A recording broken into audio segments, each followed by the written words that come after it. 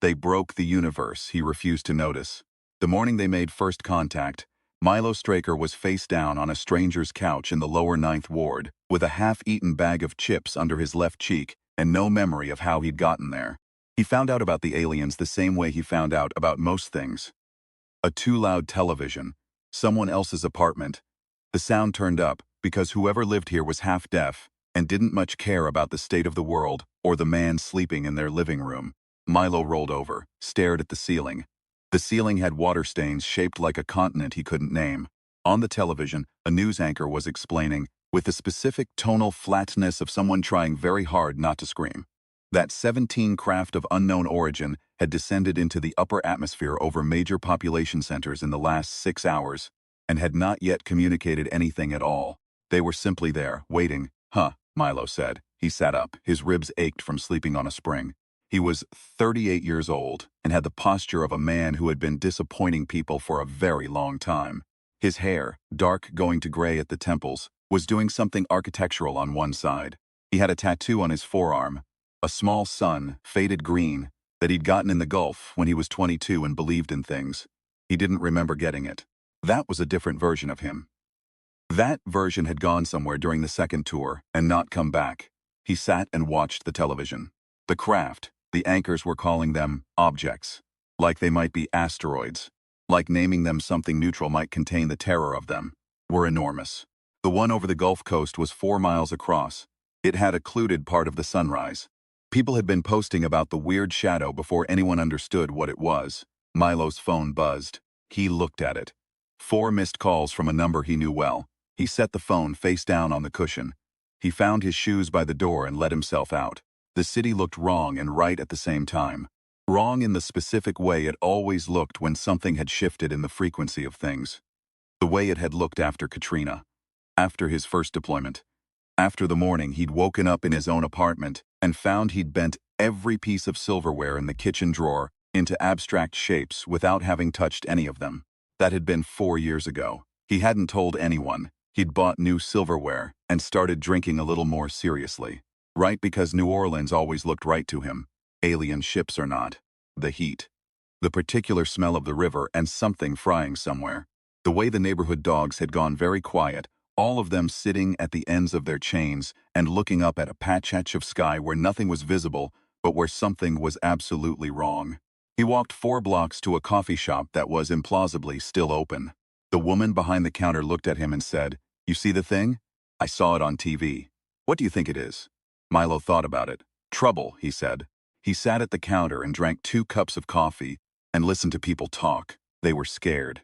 They were also, a lot of them, the particular flavor of excited that fear produces when the fear is still abstract enough to feel like it belongs to someone else.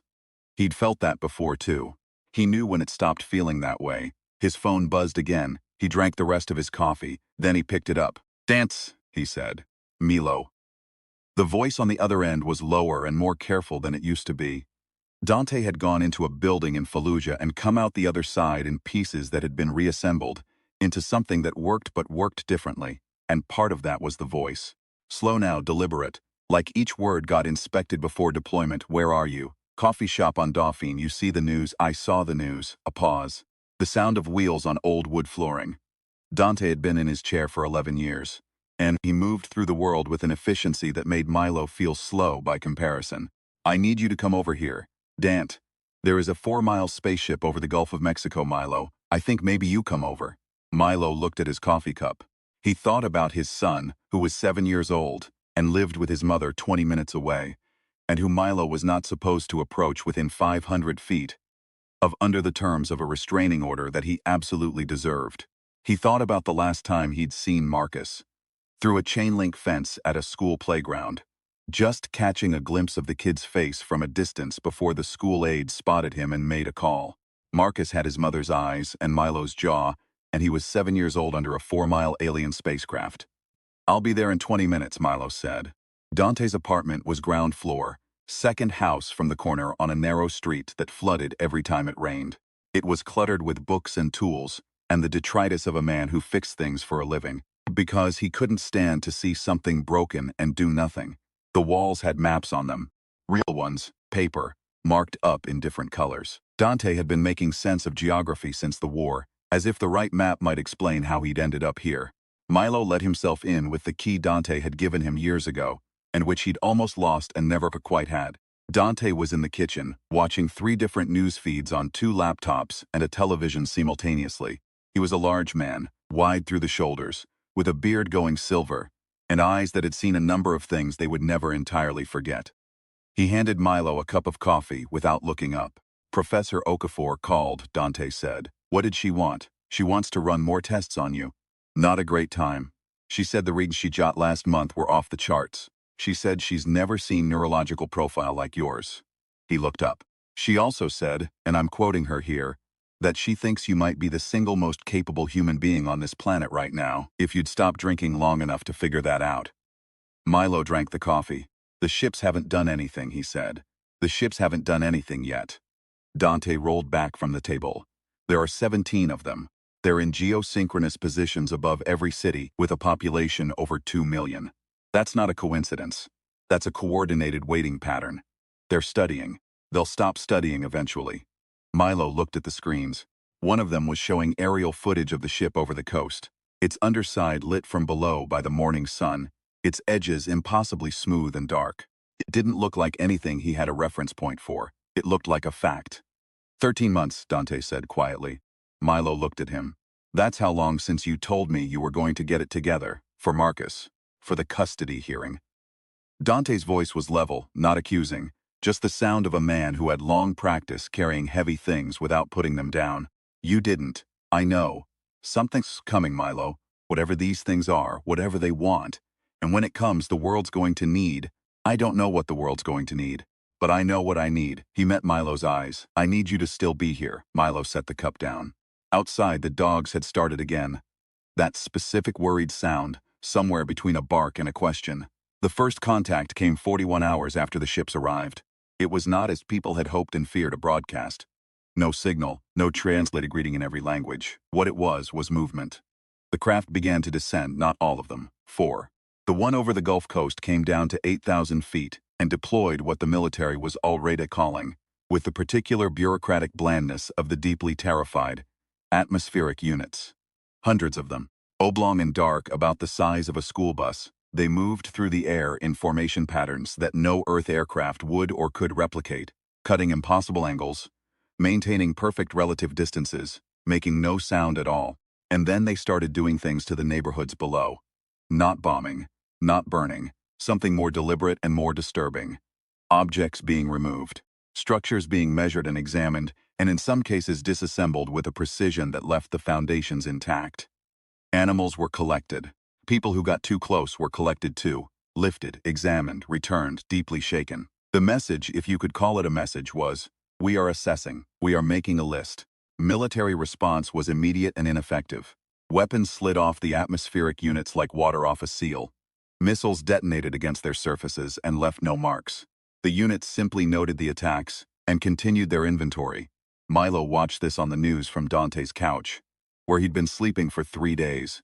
He'd stopped drinking, not for any reason he could articulate as noble, just because the weight of things had reached some kind of critical level, and he'd stood on the scale and found the number unacceptable. He was watching the footage of a unit hovering over a school in the Treme when his star started doing the thing they did. He hadn't consciously intended it.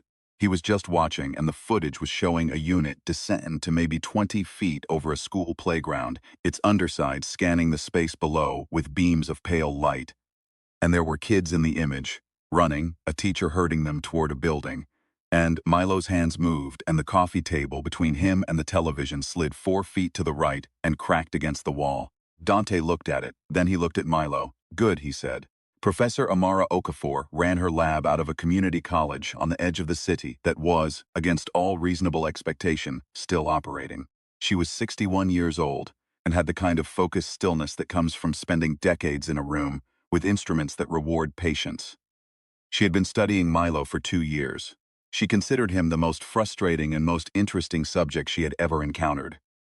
Your baseline is up 40% from last month, she said, studying the readings on her screen. Milo was sitting in a chair in the center of the room, surrounded by sensors, doing what she'd asked him to do. which was to hold 17 individual objects in the air simultaneously. He was doing this with the focused expression of a man very carefully not thinking about the effort involved. "The emotional component is significant," she said, making a note. "You're more precise when you're not thinking about being precise, when you're thinking about something else." "I'm thinking about my kid," Milo said. One of the objects, a glass paperweight, drifted slightly out of its orbit and corrected itself. "Tell me about him. He's 7. He likes trains. He's better at reading than I was at his age by a long way." A pause. "He's in the city. I don't know if they've evacuated his school." The 17 objects turned slowly in the air. "You could move a car last we tested," Okafor said. "I took one apart last week, put it back together." He hadn't planned to say that. "In pieces then, reassembled it. I didn't know I was going to be able to do that until I was doing it." Okafor looked up from her screen. "Milo, what else have you been doing?" He was quiet for a moment. Then carefully, he lowered all 17 objects back to their surfaces. "Practicing," he said. The alien units had established what the news was calling a processing zone in the eastern quarter of the city. It was a rough half-mile of territory they had cleared and were using as a staging area. Structures disassembled, streets emptied, some kind of energy field that made electronics fail at the perimeter. No one was sure what they were building, or preparing, or waiting for. The man who ran the drugs in the neighborhood where Dante lived was named Carver. He was not a complex man. He had territory and product and people who worked for him, and he had operated in the neighborhood for going on 6 years. And the alien incursion was, from his perspective, a problem mainly because it disrupted supply chains. He had kept his operation running. He had, in fact, expanded it, because frightened people wanted things that made them less frightened. And he had those things. And he had people who needed employment and weren't going anywhere, because this was the city, and this was home, and alien ships or not, you still had to eat. 2 of his people had shot Dante. It hadn't been aimed at Dante specifically. It had been a message to Milo, who Carver had been watching, because Carver watched anything that might be a disruption to his operation, and Milo had been disrupting it. Casually, not as a mission. Just because when Milo was in the neighborhood, and he saw Carver's people moving weight near the school, where some of the remaining kids were still going, something would happen to their merchandise. A bag would end up on a roof. A car wouldn't start. Small annoying things that added up, so they'd shot Dante. Not fatally, 2 rounds to the shoulder, which was serious but survivable, and Dante had been in worse shape in Fallujah and had opinions about worse shape. He'd waved off the ambulance after the paramedics stabilized him. He'd told Milo to leave it alone. Milo had left it alone for 4 days. Then Marcus's school sent out a notification saying they were suspending in-person classes because there had been an incident in the school zone involving Carver's operation. No children had been hurt. The school was emphatic about that, but it had been close. Milo walked into the Carver operation's primary location, a warehouse near the river that had been used for a number of things over the years. At 2:15 in the afternoon, alone with his hands in his jacket pockets. He was not, he would have told you, a hero. He'd been told often enough, by enough people, that he was a waste of a situation that he'd started to believe it, the way you believe something, when you can't find an argument against it. He'd been given a gift. Some neurological accident, some mutation in the deep structure of his brain, that let him reach out and touch the physical world without touching it. And he'd done essentially nothing with it except use it to not pay for things at convenience stores and impress people at parties. But he'd been in the Gulf. He knew what a perimeter looked like. He knew how men with guns moved in a space they thought they controlled. And he knew how to be very, very angry without looking like he was angry at all. There were 9 of Carver's people in and around the warehouse, 2 on the roof, 3 on the ground floor near the entrance, 4 more deeper in. Carver himself was at the back, which was the kind of arrangement that said a great deal about how Carver understood risk. Milo walked in through the side door, and a man pointed a gun at him, and Milo took the gun apart. He did it the way he'd reassembled the car. Methodically, not dramatically, the components separating in the air and then drifting down to the concrete floor one by one, the magazine, the slide, the springs, the barrel. The man stood with his empty hands out and his face doing something that hadn't found a name yet. "Where's Carver?" Milo said. The man pointed. Milo walked. The thing about the ability, the thing Okafor had tried to explain and hadn't quite managed, but which Milo understood from the inside, was that it wasn't like moving things physically. It was more like knowing where things were and knowing they didn't have to be there. The same principle that let him lift 17 objects at once, let him reach into the mechanism of a firearm and separate its parts, or reach into the engine of a car and understand its structure, or reach up into the machinery of an alien atmospheric unit and find the thing that made it go. He found that out later, but the principle was the same. He went through 3 more men and their guns the same way before he reached Carver's back room, leaving the components settled on the floors behind him like parts of an argument that had been successfully disassembled. The 2 men with Carver had more elaborate weapons. Milo took them apart more slowly, which was more frightening, not less because it was more deliberate. Carver, to his credit, did not run. He was not a coward. He was just wrong about most of the things that mattered. "That's my friend in the hospital," Milo said. "That's a school 2 blocks from here." Carver said some things. Milo listened without much reaction, the way you listen to music you've heard before in a context that no longer applies. "Take it somewhere else," Milo said finally. "The whole thing. What you're selling, what you're running, who you're using to run it." "Somewhere else," he paused. "The world's changing. You feel that? Something's coming. Be somewhere else when it gets here." He walked out through the front entrance because there was a car parked across the doorway, and he took it apart to make room and walked out through the pieces into the afternoon. He called Dante from the street. "I went and talked to Carver," he said. A long pause. "Talked," Dante said. "Nobody got hurt. Milo, I'm going to see Marcus." He was already walking. "I know about the restraining order. I know, but I just need to see him for 5 minutes. I'll stay back. I just need to see him." Dante was quiet for a moment. Then he said, "His school lets out at 3. Milo checked his watch. He walked faster. He stood at the end of the block, far enough to technically satisfy the letter of the order if not its spirit, and watched the school doors open and the kids come out. He found Marcus in under a minute. The kid had his mother's walk, confident and forward-leaning, and his backpack was covered in stickers. He was talking to another kid, animated about something, his hands moving. Milo stood and watched him for the length of the block, and then Marcus's mother appeared at the gate and took his hand, and Marcus looked up at her and said something that made her laugh. And Milo stood there a moment more, and then turned and walked away. He didn't have a word for what he felt. Like something had been plugged back in, like a sound had been turned back on that he hadn't known he'd been living without. His phone buzzed. Okafor. "You need to see this," she said. "Come to the lab." What she had was sensor data from the processing zone. One of the remaining graduate students in her department had been running sensors at the perimeter for the last week. The kind of persistence that was either brave or reckless, and had, for once, yielded something. The units were building something. Inside the processing zone, within the cleared space, something was being assembled from the disassembled materials of the neighborhood. Structures, but not human structures. Something with a different architecture, a different logic. Geometries that Okafor kept turning on her screen and couldn't resolve into familiar shapes. "They're not destroying," she said. "They're converting. They're taking the city apart and using it to build something new. Something for them." "What happens to the people?" Milo said. "I don't know." She hesitated. "But I know what happens to places that have been converted. There's nothing left of the human structure. It becomes alien. Permanently." Milo looked at the sensor data for a long time. "How many units in the processing zone right now?" he said. "At last count? 40, maybe 50. And each one is, what? The size of a bus? Roughly." He thought about this. "The main craft is still at 8,000 feet, he said. "The units are remote. They have to be. There's some kind of signal between them and the ship." Okafor looked at him. "What are you thinking?" "I need to understand what they're made of," he said. "The units. What's inside them, we don't." "I know. I need to be close enough to find out myself." The silence in the lab stretched out. "You told me," Okafor said carefully, "that you could take a car apart and put it back together." "Yeah, without having studied the car. I knew cars in general. I knew what was in there. I just had to find it." She was quiet for a moment.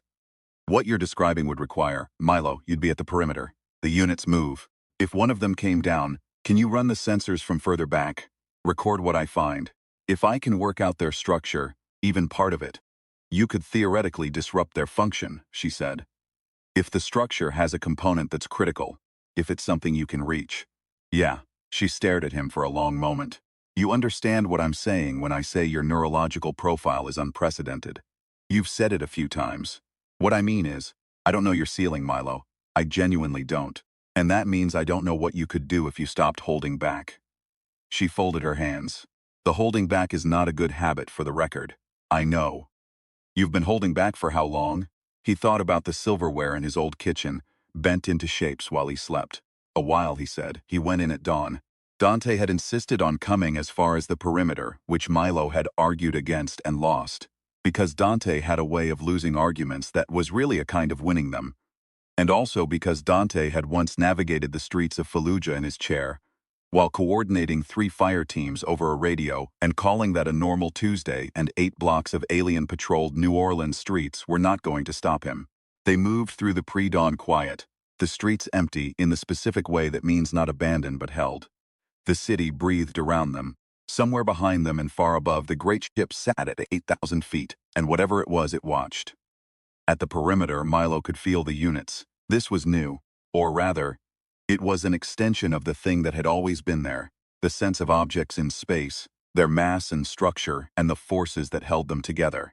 He'd always been able to feel the world around him when he paid attention. He hadn't known until now how far that attention could extend. The units were structured differently from human machines. Their architecture was alien in the precise sense, built on principles he had no framework for, using materials that didn't map to anything in his experience. But the underlying logic was the same. Structure and function, component and system, forces held in careful relation to each other. He reached out. The first unit was hovering 60 feet above the street, its scanning beams sweeping methodically back and forth. He found its outer shell first, smooth, layered in something that wasn't quite metal and wasn't quite ceramic. He worked along it the way you work along the edge of something in the dark, feeling for the shape. There, at the center of the undercarriage, something dense, a node of some kind, the thing that connected it to the others, or to the ship, or to the principle that kept it aloft and functioning. He pressed, not physically, with the part of him that had bent silverware in his sleep and thrown car doors and taken guns apart. He pressed carefully against the node and felt it resist and then, reluctantly, like something that hadn't expected to be touched this way, yield. The unit dropped 6 feet and caught itself. Milo's nose was bleeding.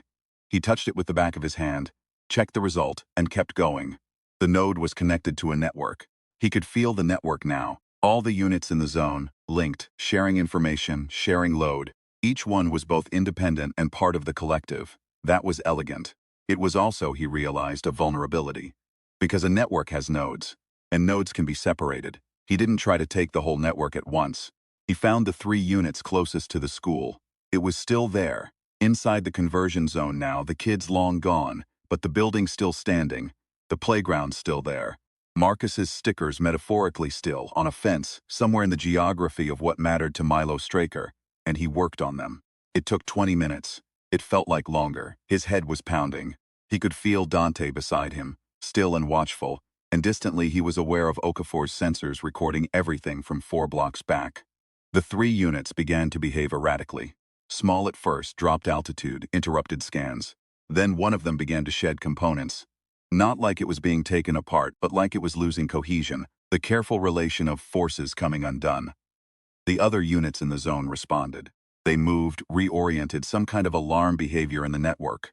Milo found the network node and he pushed. He didn't know later how to describe what happened next. It was like finding the key note, the frequency at which a structure stops holding together. The thing Okafor had said he didn't know his ceiling, and she'd been right, because he hadn't known either. And what happened when he pushed was that the ceiling turned out to be somewhere above where he'd been standing. All 14 units in the immediate zone lost function simultaneously. They didn't explode. They simply ceased to maintain themselves and descended in complicated ways toward the ground. Some of them intact, and some of them not. All of them very suddenly no longer operational. The noise was considerable. Milo was sitting on the pavement. He hadn't noticed sitting down. Dante was next to him, one hand on his shoulder. "Hey," Dante said. "Hey," Milo said. "Still with me?" He looked at his hands. They were shaking slightly. "Yeah, I'm here." 14, Dante said. "I counted 14. There are more, I know." A pause. "Take a minute first." The city was making noise now. Sirens, somewhere, and shouting.